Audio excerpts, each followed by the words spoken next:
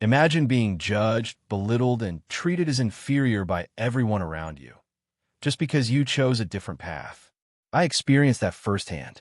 But one day, the truth came out, and the way people looked at you changed completely. Stay until the end, because this story might change how you view your own journey. If this story is impacting you, leave a like now and subscribe to the channel with notifications turned on so you don't miss the next videos.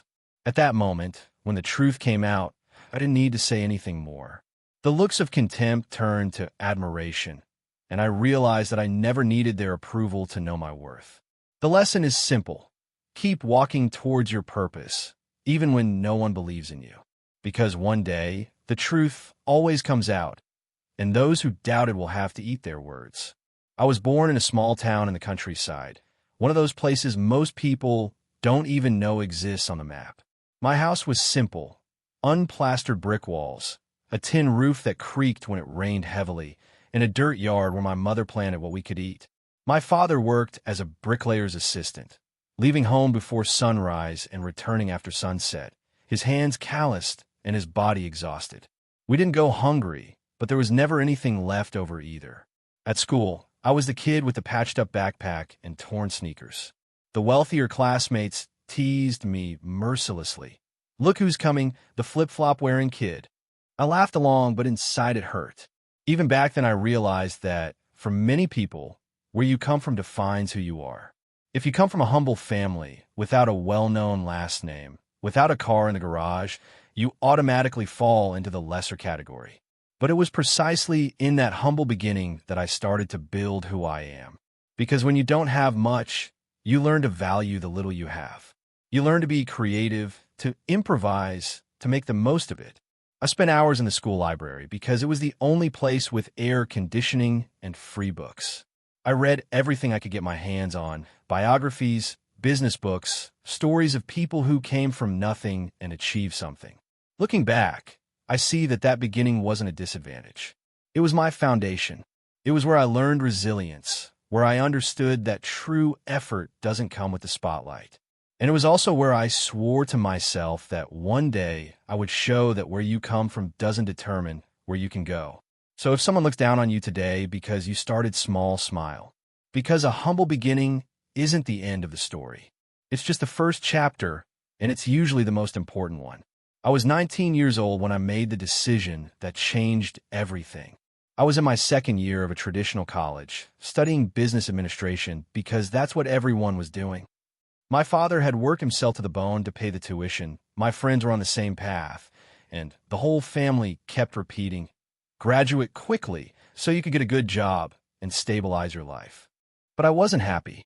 I spent my nights awake, consuming content online about digital entrepreneurship, marketing, and content creation. I saw ordinary people without prestigious degrees or connections, building businesses from scratch and living freely. And something inside me burned. I felt that this wasn't my place. So, one day I sat down with my parents and dropped the bomb. I'm going to drop out of college and start an online business. The silence that followed was deafening. My mother cried. My father said I was throwing away my future. My uncles called, worried. "Have you gone crazy? Are you going to become a digital unemployed person?" Friends laughed. "Are you going to sell courses online? Good luck becoming a failed motivational guru." I knew it sounded crazy. Back then, almost no one believed you could make real money online without being someone's employee. But I felt in my heart that it was my path. I had saved up a little money from odd jobs, bought a used laptop, and started studying, testing, failing, adjusting, all in silence. That decision was the turning point. I traded predictable security for a sea of uncertainty. And yes, many people call me irresponsible, too much of a dreamer, even ungrateful. But I knew that staying where I didn't belong would be betraying myself. If you've already made or are thinking about making a decision that everyone criticizes, understand this. Following your calling requires the courage to seem crazy for a while. Because the traditional path is comfortable for observers, but not for those born for something greater. Right after I announced I was going to drop out of college and start an online business, the first looks of disdain began to appear. It wasn't all at once. It was little by little, like drops filling the glass. It first came from my family. At Sunday gatherings, the subject always came up. So, are you still into this internet thing? The tone was a mix of pity and mockery. My favorite aunt, who always treated me like the smart one in the family, now shook her head and said, "What a shame. You had so much potential." As if I had thrown it all away. Then came my childhood friends, that group that grew up together playing soccer in the street. Now looked at me differently. When I told them I was studying paid traffic and creating content, they laughed. "Are you going to get rich selling courses on how to get rich? Good luck, brother." One of them, who had just passed a civil service exam, said to my face, "I prefer stability to going crazy chasing a dream." In a small town, the news spread quickly. I would go to the market and hear whispers. "It's Mr. Joao's son who dropped out of college to stay on the computer." The baker, who had known me since I was a child, asked seriously, "Are you all right? Do you need help?" As if I were lost or ill. The worst part was that look, that condescending gaze, the look of someone who had already decreed your failure before you even tried. They didn't say it explicitly, but the message was clear. You took the wrong path. You are less now. I smiled, answered politely, but inside it burned. Each look of contempt was like a stab in the chest. But at the same time, it was fuel. I thought, "You'll see." And you know what I learned? That other people's disdain is almost never about you. It's about their fear of leaving their comfort zone. It's easier to judge those who dare than to admit that maybe they also want to try something different. So, if you're receiving those looks today, cherish each one of them. One day, they will become the best ingredient in your victory. The criticism started out mild, but over time it grew harsher, more personal, more cruel. And some of it hurt so much that I still remember it word for word. The one that stuck with me the most was from a cousin I admired a lot. He had a good job, a brand new car, and at a family lunch he blurted out, "You dropped out of college to spend all day on your phone? That's not work, that's laziness disguised." Everyone at the table laughed. I swallowed hard and didn't say anything. Another one came from my mother, in a moment of venting. "Your father and I worked so hard to give you an education, and you throw it all away for an internet illusion." That broke my heart, not because I doubted my path, but because I knew how much she worried and how much she didn't understand. There was also the former college professor who ran into me on the street. "Wow, you were one of the best students. What a waste." He said it with pity in his eyes, as if I had become a lost cause. And the passive-aggressive messages on social media?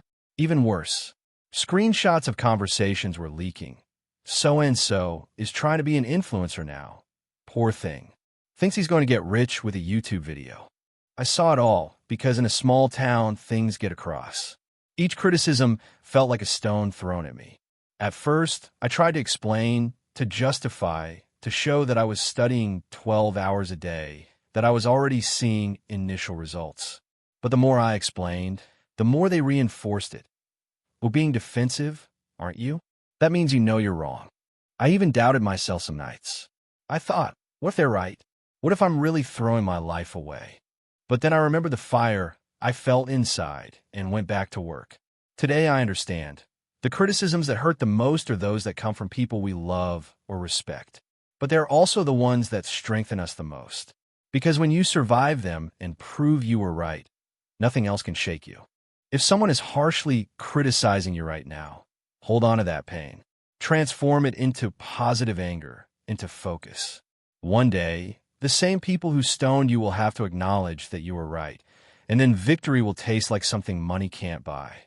After so much criticism, I made a decision that changed everything again. I fell silent. I stopped explaining. I stopped justifying. I stopped trying to convince those who had already declared me a failure. I simply disappeared from their radar. From one day to the next, I disappeared from family conversations, outings with friends, and personal social media. Anyone who saw me on the street would ask, "Where are you? You've been missing." I'd reply with a smile, "I'm busy." That's all. No details, no defense. At home, I turned my bedroom into a makeshift office. I would wake up at 5 a.m., study marketing, copywriting, paid traffic, and video editing. I would work until midnight, sometimes until the sun rose again. I tested campaigns that failed, lost money, adjusted, and tested again. I failed more than I succeeded, but each mistake taught me something. I didn't post anything about it. I didn't have grind stories. I didn't have motivational quotes on my feed. It was just me, my laptop, a cup of reheated coffee, and absolute silence. Nobody saw the sweat, the sleepless nights, the spreadsheets full of red numbers. Nobody saw the times I cried from frustration, but got up and kept going. This phase lasted almost 2 years. 2 years in which the outside world thought I was lost, unemployed, and adrift. 2 years in which I heard indirect comments. So-and-so is sinking. But inside, I knew I was building something solid, brick by brick, away from the spotlight. And it was precisely in that silence that the greatest results were born. Because when no one is watching, you work with more focus. Without pressure for approval, without fear of judgment. You do it out of pure love for the process and the certainty that one day it will be worth it. If you're going through this phase right now, working quietly while everyone thinks you've given up, keep going. This is the most sacred part of the journey. It's where the weak give up and the strong transform. Silence is not emptiness. It is the sound of your future being built. If this story is impacting you, leave a like now and subscribe to the channel with notifications turned on so you don't miss the next videos. After months immersed in silence and hard work, the first signs that I was on the right track began to appear. They were small things, almost invisible to an outsider, but to me they were like gold. The first was financial. A traffic campaign I ran generated a profit of 387 Brazilian reals in 1 week. It might seem like a small amount, but for someone used to seeing only negative numbers, it was a huge success. I looked at the statement and smiled to myself in my room. It was proof that the model worked. Then came the organic growth. A video I posted on a new channel without any promotion started gaining views naturally. In a month, it hit 5,000 views and brought in the first real subscribers. People who commented, "Wow, this changed my perspective." I read each comment about 10 times. There was also the day I closed my first consulting deal. An entrepreneur from another city found me on Instagram, saw my personal results, and paid up front. When the money hit my account, I called my mom just to say something worked out today, without giving any details. And the small habits became routine. Waking up early effortlessly, having energy all day, feeling pride instead of anxiety when I opened my laptop. I wrote everything down in a notebook.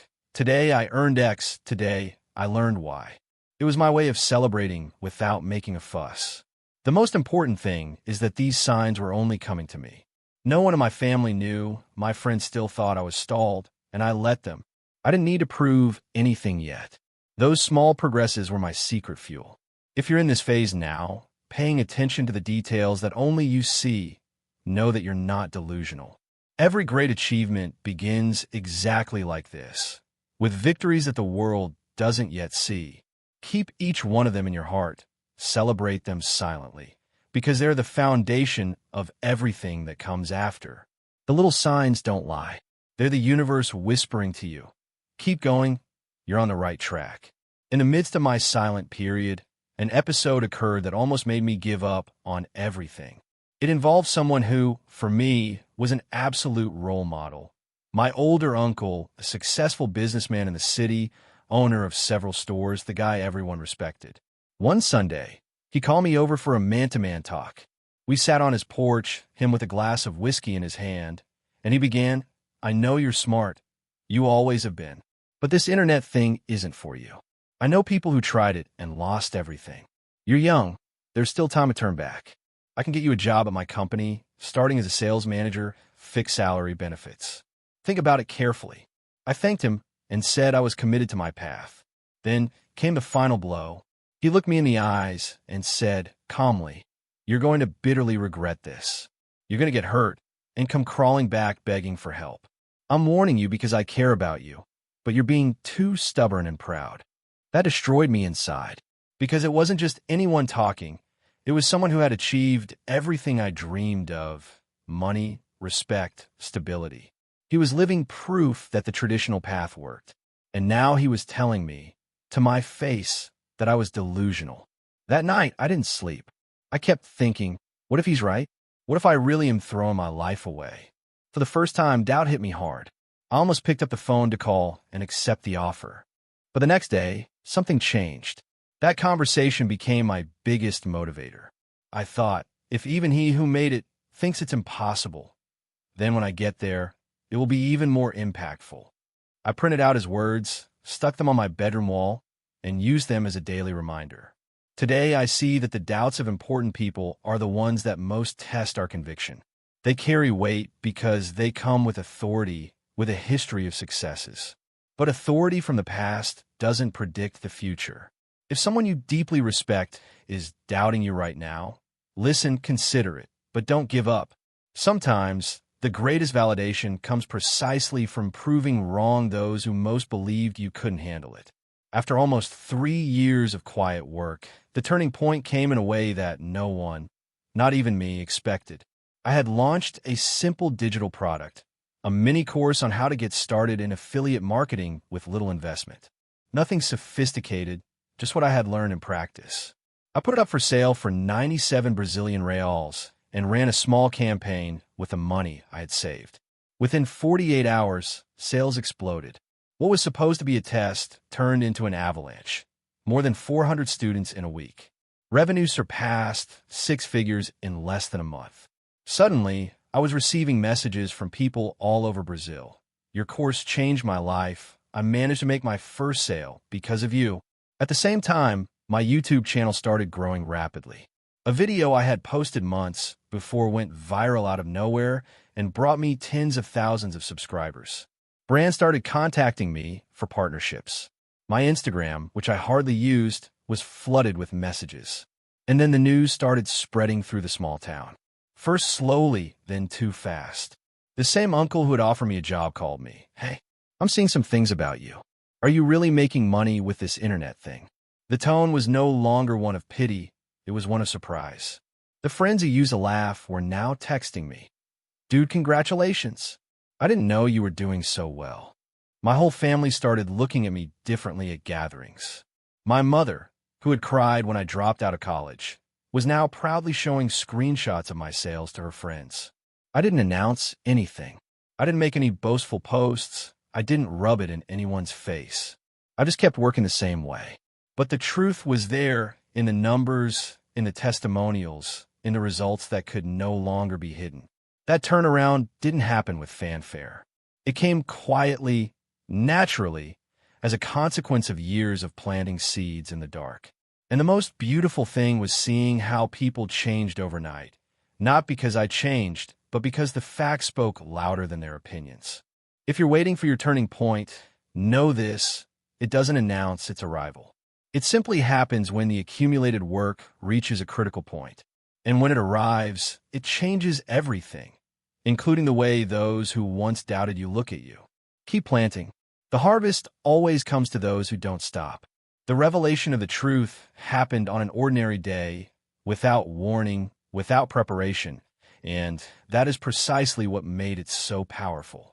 It was a Saturday, a family gathering at my grandmother's house. Everyone was there: uncles, cousins, my parents.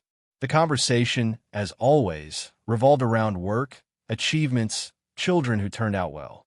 I was quietly listening in the corner when my uncle, the same one who had offered me a job years before, turned to me and asked in front of everyone, "And you, what are you doing with your life anyway?" Before I could answer, my mother, with a smile I'd never seen before, pulled her cell phone out of her pocket and showed the screen to the whole table.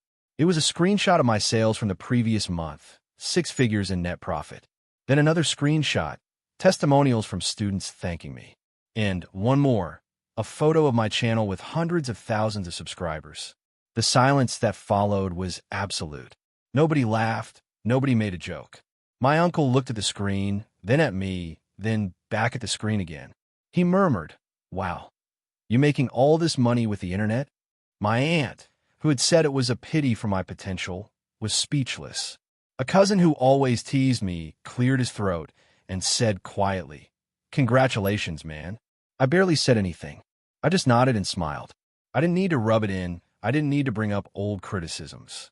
The truth was there raw, in the numbers, in the evidence, in the messages from people I had helped. and it spoke louder than any speech I could have given. At that moment, the way people looked at me changed forever. Disdain turned to admiration. Pity turned to respect. And the most incredible thing, many people started asking me, "How did you do that? Teach me. Do you think I could do it too?" That day, I truly understood. When the truth arrives, it doesn't need defending. It silences criticism, heals wounds, and changes perspectives without needing a single word from you. It simply is. If you're waiting for the moment when your truth will be revealed, trust me, it will come. And when it does, there's no hiding it. Everyone will see, including those who once looked down on you. We've reached the end of this journey, and now I want to share what truly stayed with me. The lessons I carried with me that forever change how I see life, success, and the people around me. First lesson, where you come from doesn't determine where you can go. My humble beginnings, the small town, the lack of resources, none of that held me back. On the contrary, it taught me to be resilient, creative, and grateful. Second, following your calling, even when everyone says it's crazy, is the greatest act of respect you can have for yourself. I traded security for uncertainty because I felt it was my path. And today I know it was worth every sleepless night. Third, the criticism and disdainful looks are almost never about you. They're about people's fear of deviating from the norm, of taking risks, of admitting that maybe they too could try something different. Fourth, work done in silence, away from the spotlight, is what builds real results. You don't need an audience during the process. The audience comes on its own when the results appear. Fifth, never, ever underestimate someone for the path they've chosen, including yourself. That inner voice that sometimes doubts you, silence it with daily action. And the greatest of all, the truth always comes out. No matter how many people doubt, criticize, or belittle you, when you persist with integrity and focus, the facts will emerge and speak for themselves. You don't need to retaliate. You don't need to demand anything. You just need to keep going. If you're going through this right now, being judged, doubted, belittled, keep this story close to your heart. One day you'll look back and be grateful for every disapproving look, for every criticism, because they made you stronger. You don't need their approval to know your worth. Keep walking towards your purpose. Your truth will reveal itself. And when it does, the world will have to acknowledge it. Thank you for staying with me until now. You are capable of so much more than you imagine.